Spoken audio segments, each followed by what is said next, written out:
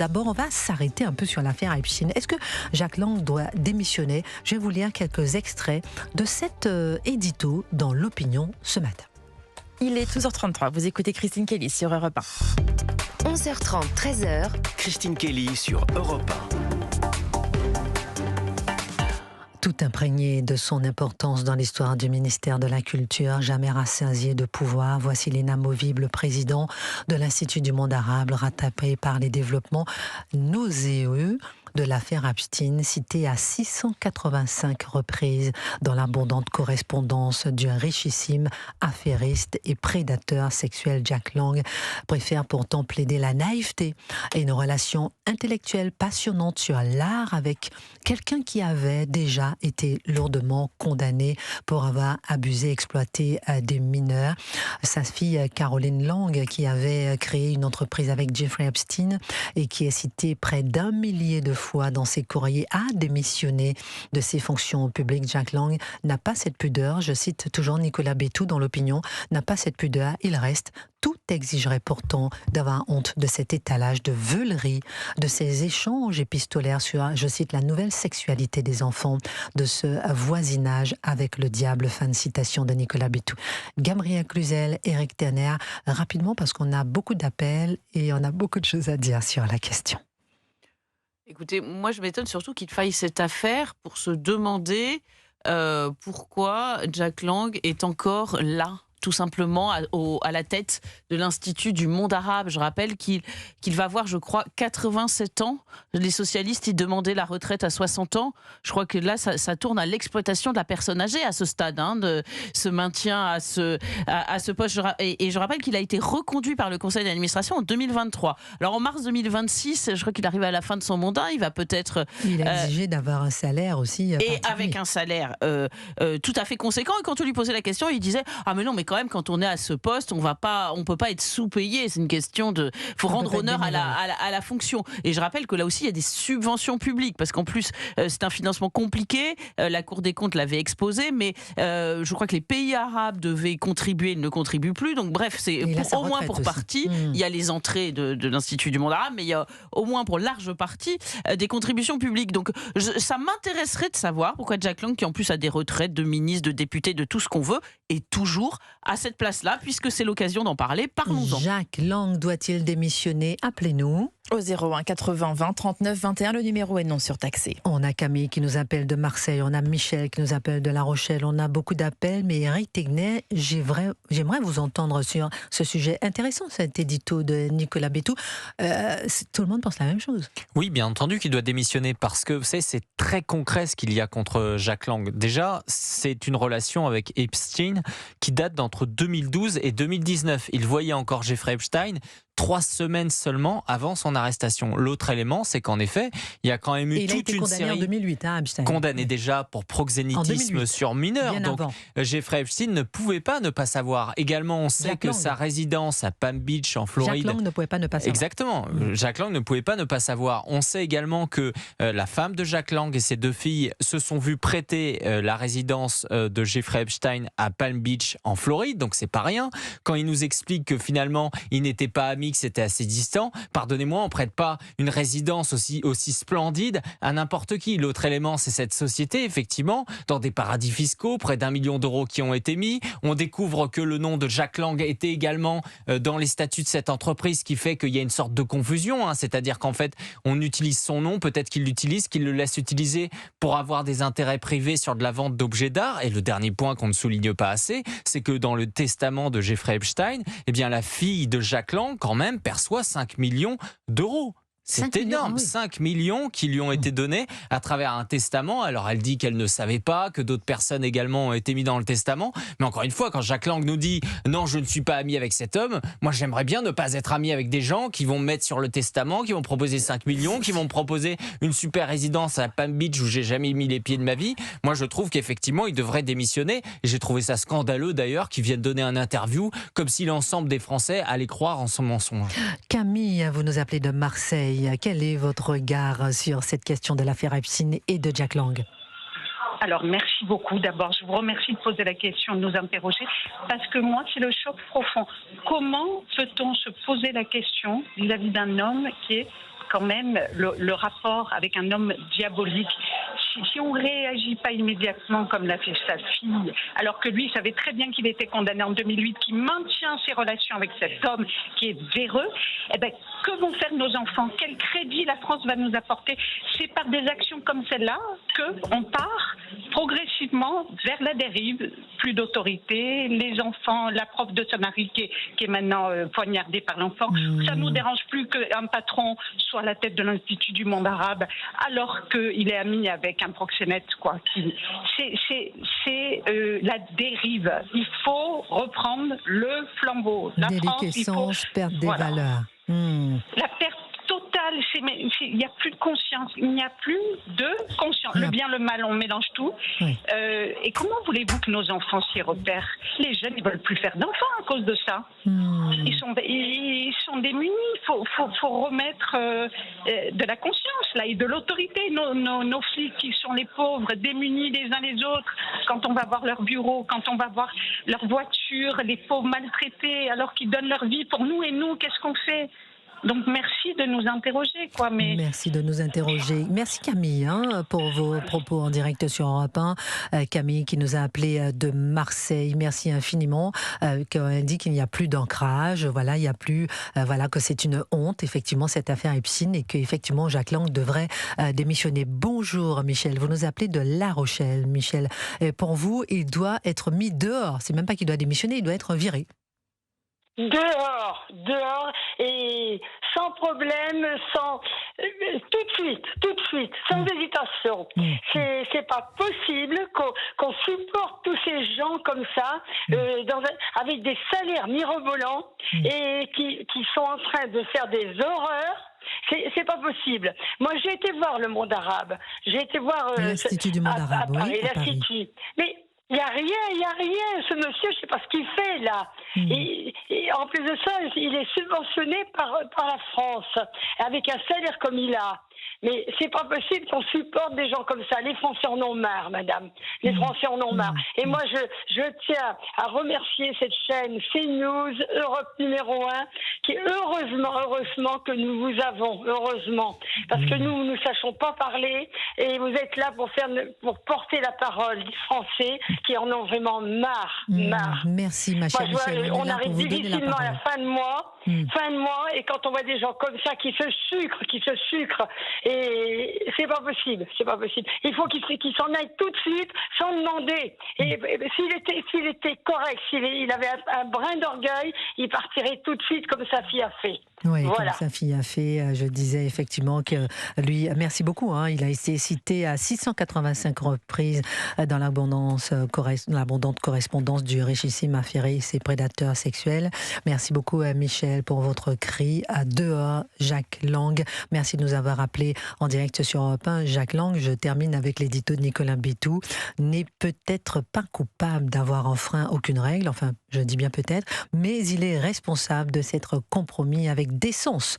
Au crépuscule d'une carrière, on quitte la scène, on marque une pause, on revient en direct sur Europe 1. Jacques Lang doit-il démissionner de la présidence de l'Institut du monde arabe? C'est aussi la question du jour à laquelle vous pouvez répondre sur europe1.fr. La suite de Christine Kelly et vous, c'est dans un instant, les 12h42 sur Europe 1. Parlons de l'Observatoire de la démographie, Christine, et de l'immigration qui lance une carte interactive chiffrée sur l'immigration dans nos villes. Et pour en parler, notre invité, Nicolas Pouvreau-Monti, directeur de l'Observatoire de l'immigration et de la démographie. Oui, bonjour Nicolas Pouvreau-Monti qui est avec nous. Juste avant, si vous permettez, on apprend juste parce qu'on parlait de la commission d'enquête tout à l'heure. Nous sommes en direct, on se dit tout. Des révélations folles à propos de Rachida Dati qui a exprimé tout à l'heure à la commission d'enquête à propos de compléments d'enquête. Elle dit, je cite, ils ont proposé via un tiers auprès de membres de ma famille de pouvoir payer s'il fournit des informations sur moi. Et je le maintiens, c'est quand même incroyable tout ce qu'on apprend au sein de cette commission d'enquête. Bon, je voulais quand même vous partager ça. Auditionné la semaine prochaine. Qui? Complément d'enquête. Oui. D'accord. Au Parlement européen, le débat sur les droits politiques des résidents étrangers reçus en Chine. Une proposition de loi veut donner le droit de vote aux élections municipales à tous les résidents étrangers en France, comme dans plusieurs pays voisins, dans un contexte où la part d'immigrés a augmenté de près de 37% en 16 ans. L'Observatoire de l'immigration et de la démographie met des chiffres et des faits sur la table pour éclairer ce débat parfois idéologique. Mais face à ces transformations démographiques et démocratiques, la question, c'est comment concilier souveraineté citoyenne, intégration démocratique sans nourrir peut-être peur, certains disent, ou peut-être division. C'est-à-dire que lorsque je vois, Nicolas Provomonti, que vous sortez cet outil, on a envie de se dire, est-ce que c'est pas nourrir les peurs que de sortir cet outil ? Écoutez, il me semble que la connaissance factuelle, c'est précisément l'inverse de la peur, l'inverse du fantasme, l'inverse de l'erreur, fondamentalement.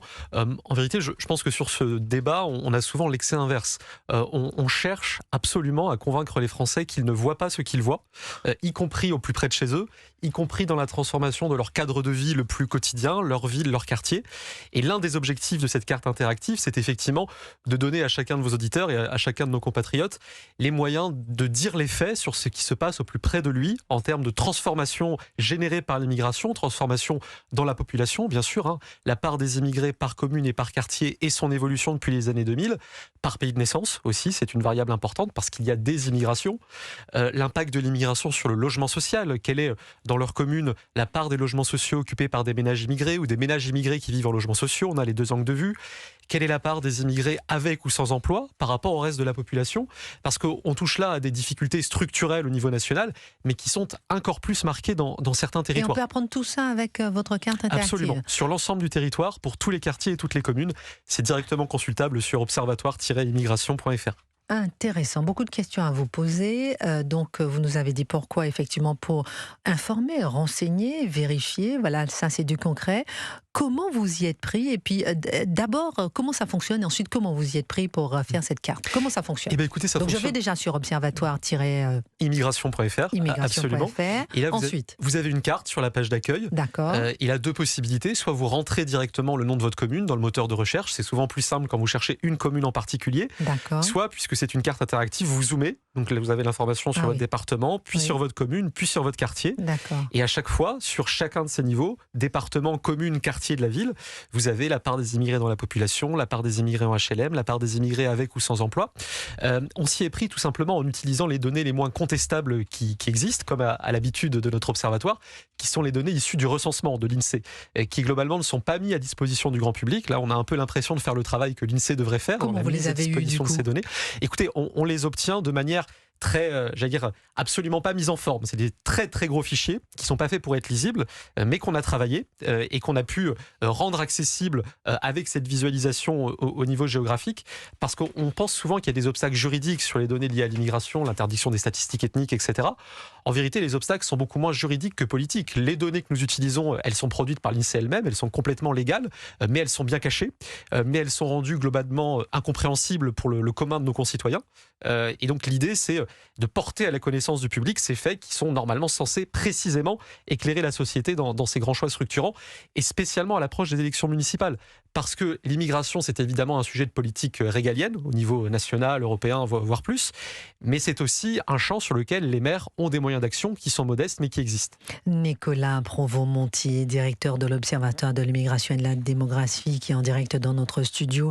J'ai l'article du journal du dimanche sous les yeux, où vous dites que les critères d'accès au droit d'asile s'élargissent sans fin, où vous dites qu'en 10 ans, le nombre d'Algériens écroués a augmenté de 117%. Beaucoup d'informations, beaucoup de chiffres. Et on voit que vous êtes un spécialiste du sujet depuis plusieurs années maintenant. Gabriel Cluzel, est-ce que vous voyez cette utilité, l'utilité d'un outil quel que celui-là, c'est-à-dire cette carte interactive pour connaître commune par commune, quartier par quartier, l'immigration autour de chez soi? Ça me semble très intéressant, tout simplement parce que c'est objectif, ce sont des chiffres, des faits, parce que ce que l'on objecte souvent aux gens qui disent « oh là là, il y a une pression migratoire dans ma région », on leur dit « non mais t'as l'impression, c'est un fantasme, voire tu regardes trop CNews, vous voyez, on leur bourre le mou de cette façon-là ». Là, il y aura des chiffres précis. La seule question que je me pose, c'est est-ce que vous n'allez pas faire face alors je ne sais pas si c'est comparable, hein, mais j'avais entendu parler de ce site ou de cette application où va ma France, à une levée de boucliers, comme eux qui ont été même la cible, je crois, de propos en tout cas, et de Laurent Nunez, le ministre de l'Intérieur, qui a dit je ne vais pas les lâcher, j'ai pas trouvé de moyens juridiques pour les empêcher d'exister, mais je vais quand même continuer. Est-ce que vous sentez déjà que vous avez en face de vous une opposition, ou vous êtes très bordé juridiquement, il n'y a pas de problème? Écoutez, nous on est complètement tranquille. Alors, Nicolas Monti sur Europe 1. Dans le cas du site que vous évoquez, je pense que ça n'ira pas très au-delà de l'intimidation rhétorique qui a été portée par le ministère de l'Intérieur. Dans notre cas, les données utilisées sont uniquement celles de l'INSEE, uniquement celles du recensement. Donc s'il devait y avoir un problème juridique, ce serait contre l'INSEE qui n'existe pas, ça serait pour le coup l'enjeu de l'INSEE. Mais encore une fois, ce problème juridique, il n'existe pas. Les données sur l'origine migratoire, elles sont légales en France, elles sont légales même sur plusieurs générations. Donc on peut faire tout ça. Et je pense que les constats que ça permet de poser, effectivement, ils sont d'autant plus importants dans certaines régions qui sont restées longtemps à l'écart des grands courants d'immigration. L'une des leçons de cette carte et de l'étude qui lui est adossée, c'est la grande poussée de l'immigration dans l'ouest du pays. Quand vous prenez les villes où la part des immigrés dans la population a le plus augmenté depuis les années 2000, vous avez dans l'ordre Le Mans, Brest et Caen, puis Rouen, Angers, Rennes, Nantes, avec parfois des situations locales qui sont très problématiques. Si on prend simplement l'exemple de Nantes, qui est une ville qui fait souvent l'actualité, pour le dire de manière un peu euphémisée, tristement. C'est une ville où la population immigrée a doublé depuis le milieu des années 2000. Le principal groupe immigré est celui des immigrés originaires d'Afrique subsaharienne. Ensuite, c'est Algérie et Maroc. Et en termes d'implication sur la vie locale, pour ne donner que 2 chiffres présents dans cette carte, vous avez la moitié des ménages immigrés à Nantes qui vivent en logement social. Donc c'est un taux 3 fois supérieur à celui des non-immigrés. Et quand vous prenez la population adulte, hors étudiants et retraités, vous avez presque 40% des immigrés à Nantes qui sont sans emploi. C'est le double des non-immigrés. Et ça a évidemment des répercussions sur la vie locale qui ne devraient pas pouvoir être ignorées. Incroyable. Éric Tegner. Rapide question, est-ce qu'il y a quand même encore des zones qui ne sont pas trop touchées? On le voit sur la carte du JDD, quelques petites zones blanches, notamment la Bretagne. Est-ce que les gens qui sont dans ces zones peuvent se dire que dans les années à venir, ça va rester comme ça? Ou est-ce que ça va basculer comme absolument partout? Je pense que la nouvelle marquante dans la géographie de l'immigration, c'est vraiment la diffusion du phénomène qui a eu lieu depuis 20 ans, mais qui s'accélère. Et il y a en vérité 3 grandes raisons à ça. Des politiques locales d'attractivité très fortes dans certaines régions, notamment les métropoles de l'Ouest. Rennes et Nantes font partie d'une association qui s'appelle l'ANVITA, l'Association nationale des villes accueillantes, qui s'engage pour un accueil inconditionnel de l'immigration. Donc un tissu associatif qui est fait pour attirer notamment les flux d'asile et les flux irréguliers. La politique du logement social, bien sûr, et la loi SRU, qui fait que dans toute ville de plus de 3500 habitants, il faut 25% de logements sociaux. Or, les immigrés en moyenne sont logés en logement social 3 fois plus souvent que les non-immigrés. Et puis un troisième aspect qui est l'auto-alimentation de l'immigration. En vérité, l'immigration appelle l'immigration. À partir du moment où vous avez un quartier HLM avec une forte population immigrée, ce quartier devient un guichet d'accueil pour des nouveaux arrivants parce que nous avons l'une des immigrations les plus familiales, les plus largement pour motif familial de toute l'Europe. Alors, vous parliez des grandes leçons, c'est-à-dire que l'immigration explose beaucoup à l'ouest. Quelle autre leçon peut-on tirer effectivement de cette carte interactive que vous avez dévoilée ce dimanche? Écoutez, plusieurs choses. D'abord, effectivement, la poussée vers l'ouest. Le fait, en parallèle, que les communes et les territoires qui connaissaient déjà beaucoup d'immigration en ont connu encore plus depuis 20 ans. Voilà, l'immigration a continué d'augmenter en Île-de-France, a continué d'augmenter dans la vallée du Rhône, dans le Grand Est. Et on voit aussi l'effet d'attractivité, je l'évoquais, de certaines politiques municipales. Et parmi les éléments que cette carte mettra à l'ordre du jour, il y a aussi la responsabilité des maires sur ce sujet, sur la politique du logement, mais aussi sur les quelques pouvoirs qu'ils ont en matière d'immigration. Par exemple, ce sont eux qui signent les attestations d'accueil pour les étrangers extra-européens qui viennent en France pour des visas de court séjour, mais qui sont en fait souvent des moyens de se maintenir sur le territoire. Donc il s'agira notamment pour les citoyens de demander à leurs candidats au municipal ce qu'ils comptent faire sur ce sujet précis. Très bonne initiative, mon cher Nicolas Provost-Monti, directeur de l'Observatoire de l'immigration et de la démographie, qui publie cette carte interactive de l'immigration, observatoire-immigration.fr. Absolument. Merci infiniment.